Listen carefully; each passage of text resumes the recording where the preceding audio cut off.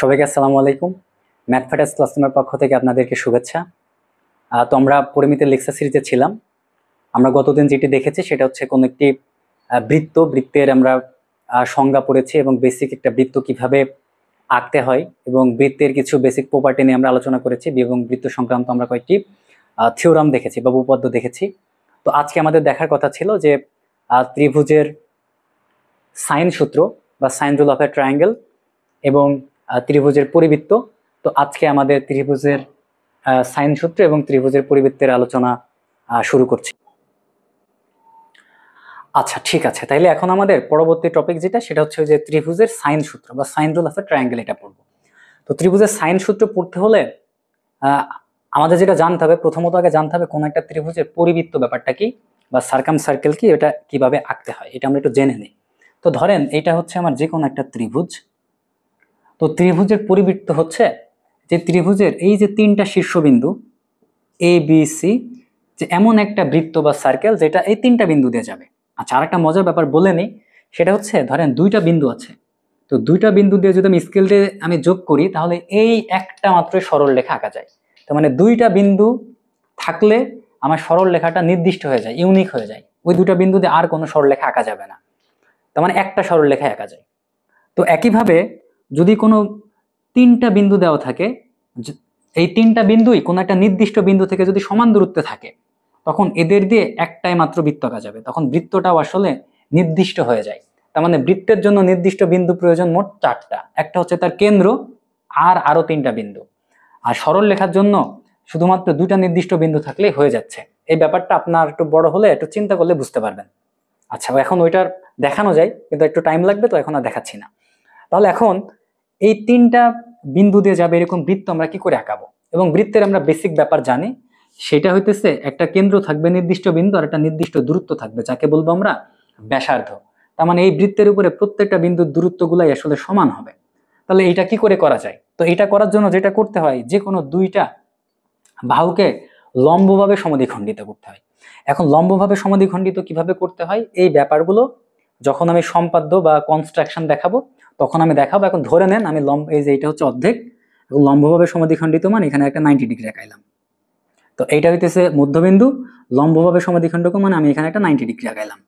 তাহলে এই যে এই লম্বদ্বিখণ্ডক আঁকলে যেটা পাওয়া যায় সেটা হবে এই পরিবৃত্তের কেন্দ্র। আর এখান থেকে যেহেতু এই তিনটা ভার্টেক্স দিয়ে যেতে হবে, আমরা স্কেল দিয়ে যোগ করলে দেখতে পারবো এই তিনটা দূরত্বই সমান হবে।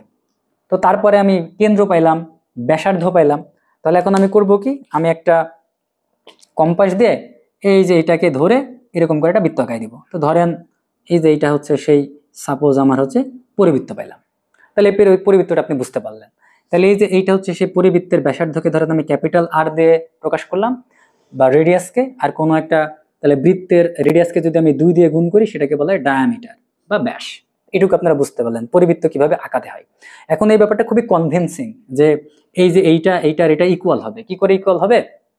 দেখেন এই যে এইটা হচ্ছে একটা পারপেন্ডিকুলার বাইসেক্টর, তার মানে এটা 90 ডিগ্রি, এটা 90 ডিগ্রি, এটা কমন সাইড। তাহলে দেখেন এইটুকু আর এইটুকু তো ইকুয়াল, কারণ আমি সমান দুই ভাগে ভাগ করছিলাম। তাহলে এই দুইটা যেহেতু সমকোণী ত্রিভুজ, তাহলে আমরা জানি সমকোণী ত্রিভুজের ক্ষেত্রে আপনার অতিভুজ ব্যতীত দুইটা সাইডকে আসলে ইকুয়াল হতে হয়। কিন্তু এখানে আসলে অতিভুজ যে ইকুয়াল এটা আমরা শিওর না, আমি ওটা শিওরে যাচ্ছি না। কিন্তু আরেকটা জিনিস জানেন, কোন একটা ত্রিভুজের যদি দুইটা সন্নিহিত বাহু এবং অন্তর্ভুক্ত কোণ সমান হয় তাহলে ওই ত্রিভুজ থেকে সমান হওয়া ছাড়া আর কোনো উপায় থাকে না। তো এই ক্ষেত্রেও তাই, এই যে এইটা আর এটা সমান এবং 90 ডিগ্রি, তাহলে এইটা আর এইটা আপনার কি হচ্ছে, আপনার কনগ্রুয়েন্স হচ্ছে বা সর্বসম হচ্ছে। তাহলে এই যে এইটা আর এটা ইকুয়াল দেখানো যায়। একইভাবে আপনি এখান থেকে দেখাতে পারবেন এইটা আর এটা যেহেতু ইকুয়াল, এটা কমন, এটা 90, এটা 90, তাহলে এটা ইকুয়াল, তার মানে আপনি এখান থেকে এটা দেখাই ফেলতে পারবেন। তাহলে আমরা বুঝলাম যে এইটাই কেন পরিবৃত্ত আকার নিয়ম এবং পরিবৃত্ত ব্যাপারটা কি। এখন যেহেতু আপনি পরিবৃত্ত বুঝলেন কোন একটা ত্রিভুজের বা সার্কাম সার্কেল বুঝলেন, তাহলে এখন সাইন রুলটা আপনাকে বলা যেতে পারে। তাহলে এখন আমি সাইন রুলটা বলি। তাহলে সাইন রুল আমরা কার পড়তেছি? সেটা হচ্ছে কোন একটা ত্রিভুজের। আর সাইন মানেই হচ্ছে ত্রিকোণমিতির ব্যাপার স্যাপার, এগুলো আপনারা জানেন যে সাইন থিটা মানে কোন একটা সমকোণী ত্রিভুজের থিটা কোণের রেসপেক্টে তার লম্ব ভাগ অতিভুজ হয় বা অপোজিট ডিভাইডেড বাই হাইপোথেনাস হয়। তো তাহলে আমরা একটা ত্রিভুজ নিলাম, ধরেন এটা হচ্ছে আমাদের একটা ট্রায়াঙ্গেল। এই ট্রায়াঙ্গেলের এটা আমার এ ভার্টেক্স, এটা বি ভার্টেক্স, এটা সি ভার্টেক্স। এখন এই অ্যাঙ্গেলটার নাম অ্যাঙ্গেল এ, এটা অ্যাঙ্গেল বি, এটা অ্যাঙ্গেল সি। আর আমরা প্রথম ক্লাসে মেবি বলছি যে ভার্টেক্সের অপোজিট সাইড বিসি কে আমরা ভার্টেক্সের স্মল লেটার দিয়ে লিখবো, এটা কনভেনশন, এটা সবাই লেখে এই জন্য লিখবো। আচ্ছা, এই যে বি ভার্টেক্সের অপোজিট সাইড এসি কেও লিখবো আমরা স্মল দিয়ে, সি ভার্টেক্সের অপোজিট সাইড এবি কে লিখবো আমরা স্মল সি দিয়ে। এখন এই ত্রিভুজের জন্য সাইনের যে ফর্মুলাটা সেটা হচ্ছে এই যে এই বাহু আর এর অপোজিট দিয়ে কোণ, এরা সাইনের প্রপোর্শনাল। মানে হচ্ছে কি, মানে হচ্ছে ধরেন এই যে A is proportional to sine A, এই যে B is proportional to sine B, C is proportional to মানে প্রপোর্শনাল মানে সমানুপাতিক আর কি সাইন সি। এখন যেহেতু একটা ত্রিভুজ নিয়ে কাজ করছে তাহলে এখানে একটা প্রপার্টি কাজ করবে। সেই প্রপার্টিটা যেটা দেখা যায় সেটা হচ্ছে এখান থেকে লেখা যায় এই যে আপনার A by sine A is equal to B by sine B is equal to C by sine C is equal to 2r। এখন কথা হচ্ছে দেখেন এই তিনটা ইজ ইকুয়াল টু 2r। এখন আরটা কি? আর আসলে এই যে এই ত্রিভুজের যে একটা পরিবৃত্ত আঁকা যায় না ভাই, ওই পরিবৃত্তের ব্যাসার্ধই হচ্ছে আমার আর। তার মানে ধরেন এই যে এরকম একটা পরিবৃত্ত আছে, তাহলে এই যে এখানে একটা কোথাও কেন্দ্র ছিল, এটা মনে করেন আর। তাহলে এইটাই আমাদের হচ্ছে এখন দেখাতে হবে। তাহলে সাইন সূত্রটা বোঝা গেল। সাইন সূত্র হচ্ছে এবিসি যদি একটা ত্রিভুজ হয় তাহলে এই ত্রিভুজের এই যে কোণ তার বিপরীত বাহুর যে লেন্থ সেটা হচ্ছে এই কোণের সাইনের প্রপোর্শনাল। কারণ সাইনের মধ্যে অ্যাঙ্গেল বসে আর আউটপুট বাই ভ্যালু, বাহু একটা ভ্যালু বা লেন্থ। তাহলে আমাদের সাইন সূত্র দাঁড়ালো A by sine A B by sine C B C by sine C is equal to 2r, যেখানে আর হচ্ছে ওই ত্রিভুজটারই পরিবৃত্তের ব্যাসার্ধ। তাহলে এখন এই সূত্রটা কি করে প্রমাণ করা যায় সে ব্যাপারটা আমরা দেখব, এবং এই সূত্র প্রমাণ করার জন্য আমাদের যা যা ম্যাটেরিয়াল লাগবে আমরা অলরেডি পড়ায় আসছি। এখন শুধু আপনি দেখবেন কিভাবে আমরা সাজাবো ব্যাপারটাকে।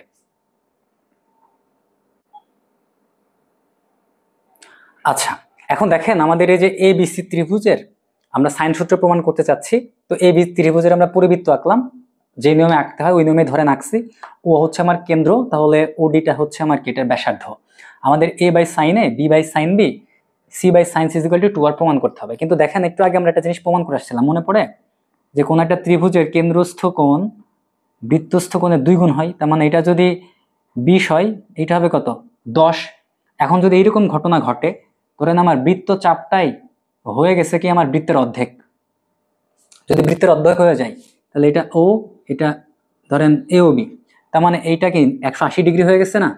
180 ডিগ্রি যদি হয়ে যায় তাহলে এই যে এই এ বি বৃত্তচাপের উপরে আমার বৃত্তস্থ কোণগুলো হবে এইগুলো হবে, এবং প্রত্যেকটা কোণ 180-র কি অর্ধেক হবে না?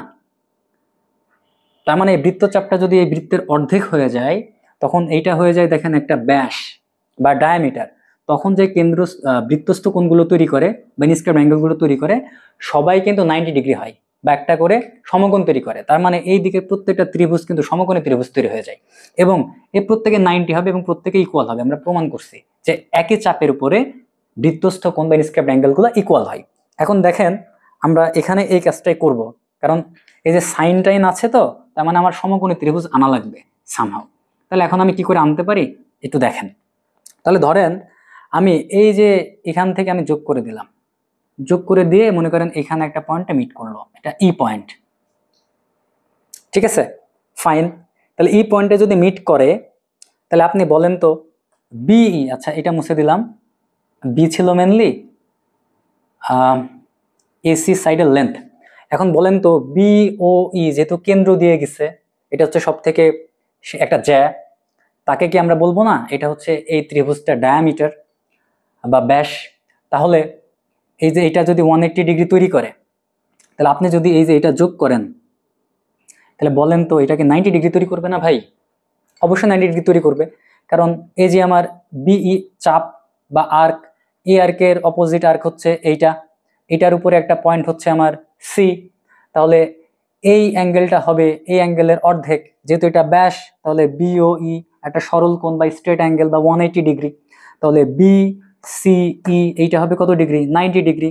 তার মানে যেটা দাঁড়াইলো সেটা হচ্ছে আমার ত্রিভুজ বিসিই, এটা হবে একটা সমকোণী ত্রিভুজ, ঠিক আছে? এটা একটা সমকোণী ত্রিভুজ, আর সমকোণী ত্রিভুজ হলেই তো খেলা জমে যাবে, এই সাইন কস চলে আসবে হাবি যাবি।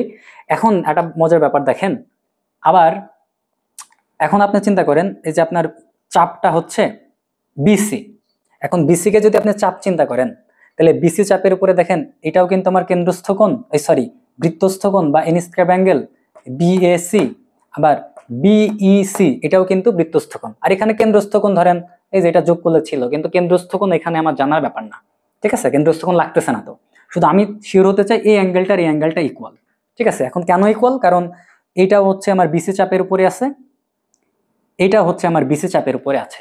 আর আমরা একটু আগে পড়লাম একই বৃত্তচাপের উপর দণ্ডায়মান বৃত্তস্থ কোণগুলো সমান হয়। তাহলে এখন দেখেন এই যে এর জন্য আমি যেই ফর্মুলাগুলো অ্যাপ্লাই করতে পারবো, তাহলে এর জন্য আমি সেম ফর্মুলাগুলো অ্যাপ্লাই করতে পারবো।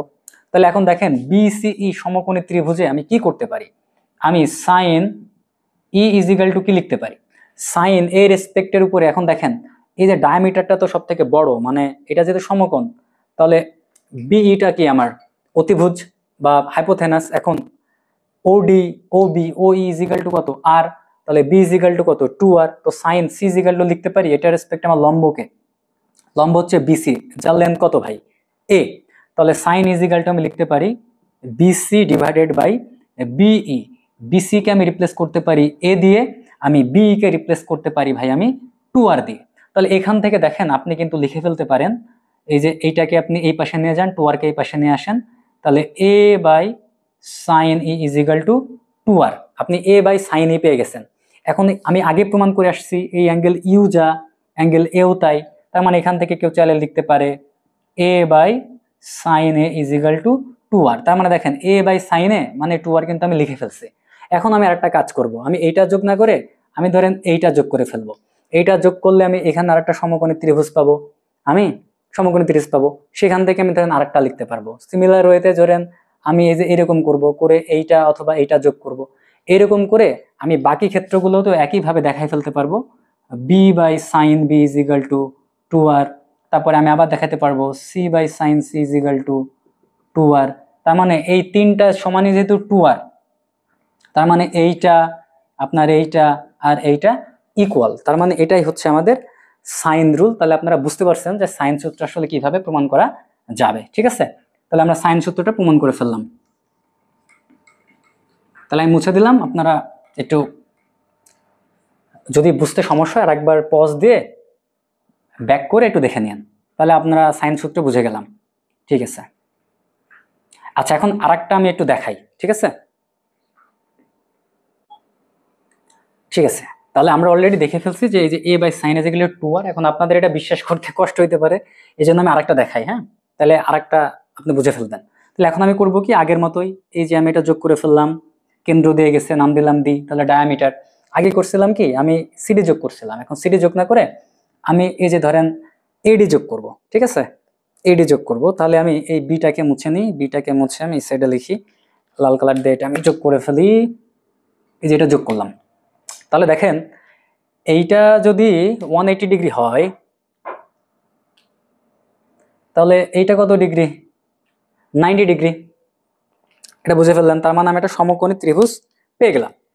এখন আপনি এ বি আর্কের কথা চিন্তা করেন, এই যে ধরেন আপনার এখন এই বৃত্তচাপ হচ্ছে এইটা এ বি, তাহলে এ একটা ভার্টেক্স, বি একটা ভার্টেক্স, এখান থেকে এই বৃত্তচাপের উপরে এই যে একটা কোণ, এই একই বৃত্তচাপের এই যে দেখেন আরেকটা কোণ, তার মানে এই সি আর ডি কি ইকুয়াল না, তার মানে এই ডি এর রেসপেক্টে আমি যা পাবো আমি সি এর রেসপেক্টেও আমি তাই পাবো। এখন ডি তো পড়ে গেছে ভাই সমকোণী ত্রিভুজের একটা কোণ, এটা 90 ডিগ্রি, তাহলে এখান থেকে যদি আপনি লেখেন সাইন ডি, তাহলে সাইন ডি ইজিক্যাল টু কি লিখতে পারেন, এই যে এইটা তো আমার সমকোণের বিপরীত বাহু মানে অতিভুজ, আর তার মানে এটা আমার কি লম্ব, তাহলে এটাকে লেখা যায় এ বি বাই বিডি। তো এ বি মানে কি ভাই, এ বি মানে এই যে সি, আর বিডি মানে কি ভাই, বিডি মানে তো এই যে আপনার ডায়ামিটার বা 2r, আর সাইন ডি অ্যাঙ্গেল ডিও যা অ্যাঙ্গেল সিও তাই, কারণ দুইজনাই এ বি আর্কের উপরে অবস্থিত। তার মানে এখান থেকে আপনি লিখতে পারেন sine C is equal to C by 2r, তার মানে C by sine C is equal to 2r। একইভাবে আপনি যদি এদিকে অথবা এইদিকে যোগ করেন, করে আপনি এই B by sine B is equal to 2rও দেখাতে পারবেন, তার মানে সাইন সূত্র প্রমাণিত। তাহলে এখন আমরা সাইন সূত্র পেয়ে গেছি। এখন হচ্ছে আমরা তাহলে কোনো একটা ত্রিভুজের ক্ষেত্রফলের সাথে ওই ত্রিভুজের যে পরিবৃত্ত বা অন্তর্বৃত্ত আঁকা যায় তার ক্ষেত্রফলের রিলেশন আমরা বের করার জন্য এখন রেডি, তাহলে আমরা সেদিকেই আগাচ্ছি। ঠিক আছে,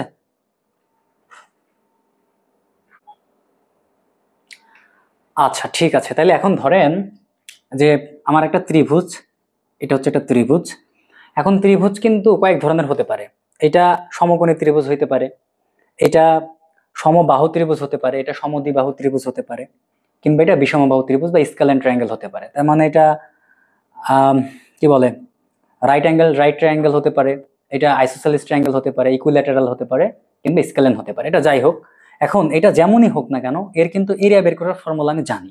এখন ধরেন এর যদি তিনটা সাইড ইকুয়াল হইতো, তার মানে এটা হচ্ছে একটা সমবাহু ত্রিভুজ এবং এর প্রত্যেকটা কোণ হচ্ছে 60 ডিগ্রি, এবং এর আমি এরিয়া বের করার ফর্মুলা জানি √3/4 a স্কোয়ার। আমি এটা আমাদের লেকচার 1 এবং লেকচার 2 তে এগুলো কাভার করা হয়ে গেছে। আবার এই যে এটাকে আমি চাইলে আবার এইভাবে লিখতে পারতাম যে হাফ ইন্টু এ সাইন 60 ডিগ্রি।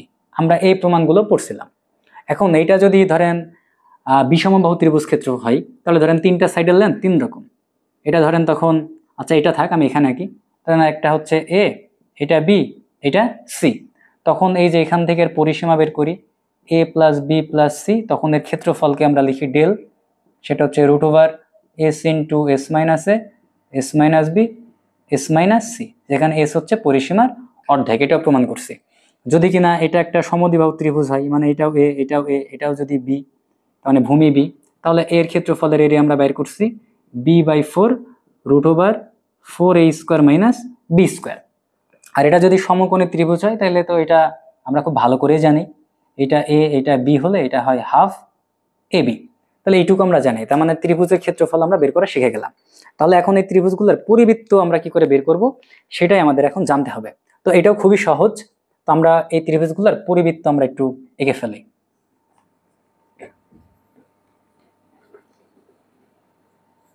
তো ধরেন আমি যে কোনো একটা জেনারেলাইজড একটা ট্রায়াঙ্গেল নিলাম। হ্যাঁ, এই ট্রায়াঙ্গেলটা পরে আমরা স্পেশাল কেস হিসেবে আপনি চিন্তা করতে পারবেন। ধরেন এটা হচ্ছে যে কোনো একটা ট্রায়াঙ্গেল, ঠিক আছে, এটা যে কোনো একটা ট্রায়াঙ্গেল। তাহলে এই ট্রায়াঙ্গেলের পরিবৃত্ত আকার নিয়ম হচ্ছে যে এটাকে বাইসেক্ট করব, তারপরে বাইসেক্ট করলে যে পয়েন্টটা মিট করবে এটা সেন্টার হবে, তারপরে এই ডিস্টেন্স ইকুয়াল করব, করে আমরা একটা কি আঁকবো, একটা বৃত্ত এঁকে ফেলবো। তো ধরেন আমি ওইরকম করে কিছু একটা পাইছি।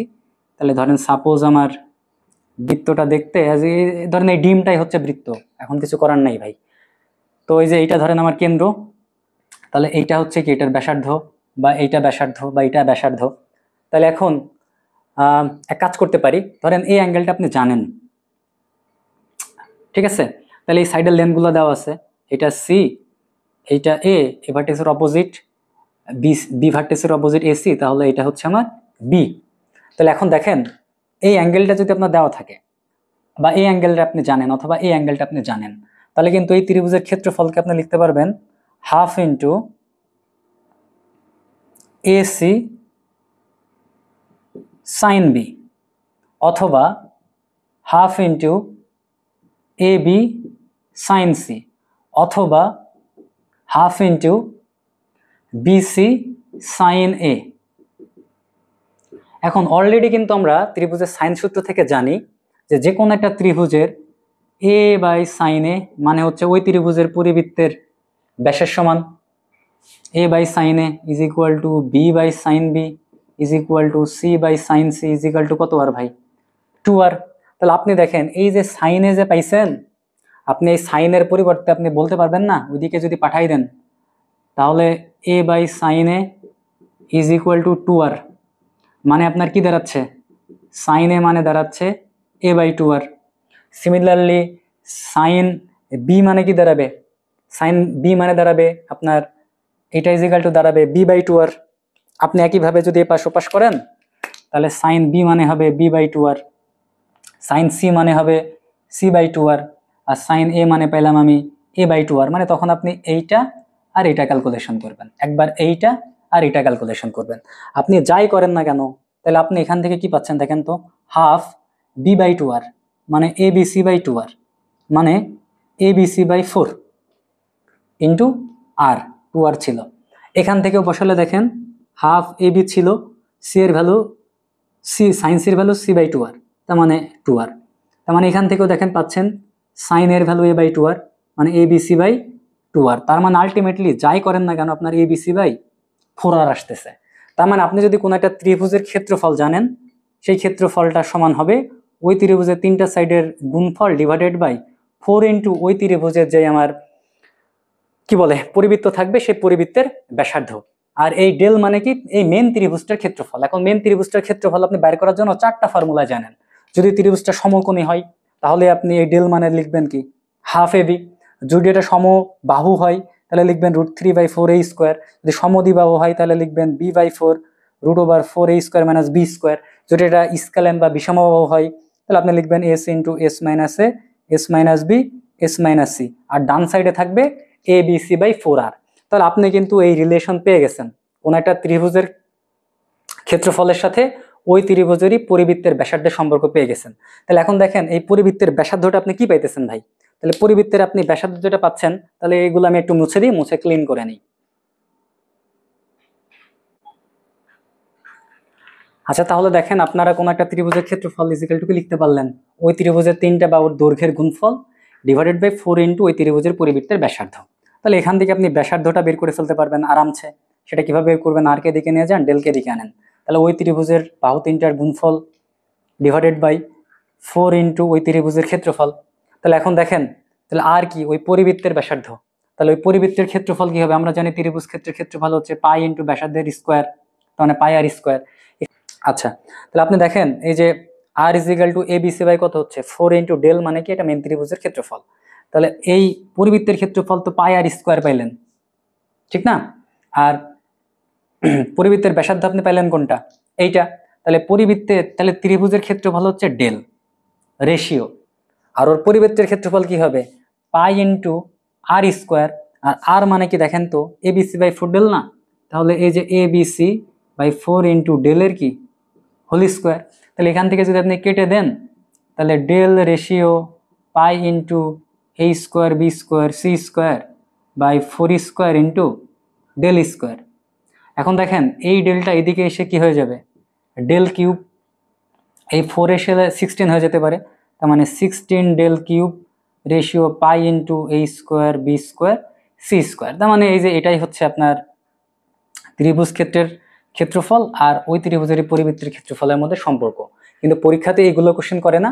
পরীক্ষাতে ধরেন এই কোশ্চেনটা খুব বেশি আসে, সেটা হচ্ছে কোন একটা সমবাহু ত্রিভুজ দেওয়া আছে, তো আপনাকে বলবে যে এই সমবাহু ত্রিভুজের যে পরিবৃত্তের ব্যাসার্ধ কত বের করো, বা √3 বাহু বিশিষ্ট একটা সমবাহু ত্রিভুজের পরিবৃত্তের ব্যাসার্ধ কত বের করো, বা এর হচ্ছে ক্ষেত্রফলের সাথে আপনার পরিবৃত্তের ক্ষেত্রফলের সম্পর্ক আপনাকে বের করতে দিবে। তার মানে আপনাকে ধরেন কোশ্চেন করলো যে √3 বাহু বিশিষ্ট একটা সমবাহু ত্রিভুজের পরিবৃত্তের ব্যাসার্ধ কত। তাহলে √3, তার মানে এইটা হচ্ছে আমার √3, এইটাও আমার √3, এটাও আমার √3। তো মনে করেন এই যে এইটা আপনার সে পরিবৃত্ত, এই যে এই আরটা আপনাকে বের করতে বলছে। তা আপনি তো জানেন ডেল ইজিক্যাল টু ABC/, কত 4r। তাহলে সমবাহু ত্রিভুজের ক্ষেত্রফল আপনি ডেলের ফর্মুলা জানেন, সেটা হচ্ছে √3/4a²। আর এখানে আলটিমেটলি তো দেখেন সবাই তো এ, কারণ সমবাহু ত্রিভুজের সবাই ইকুয়াল।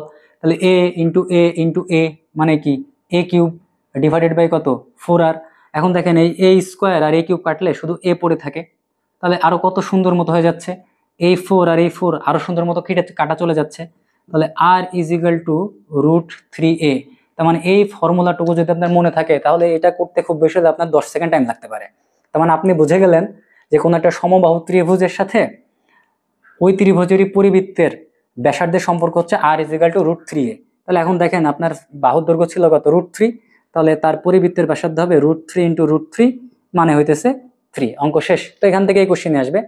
তো এখন আমরা দেখব যে কোন একটা ত্রিভুজের অন্তবৃত্তের সাথে ওই ত্রিভুজের ক্ষেত্রফল বা অন্তবৃত্তের কি বলে ব্যাসার্ধের সাথে কোনো সম্পর্ক আছে কিনা সেটা নিয়ে আমরা একটু অ্যানালাইসিস করব।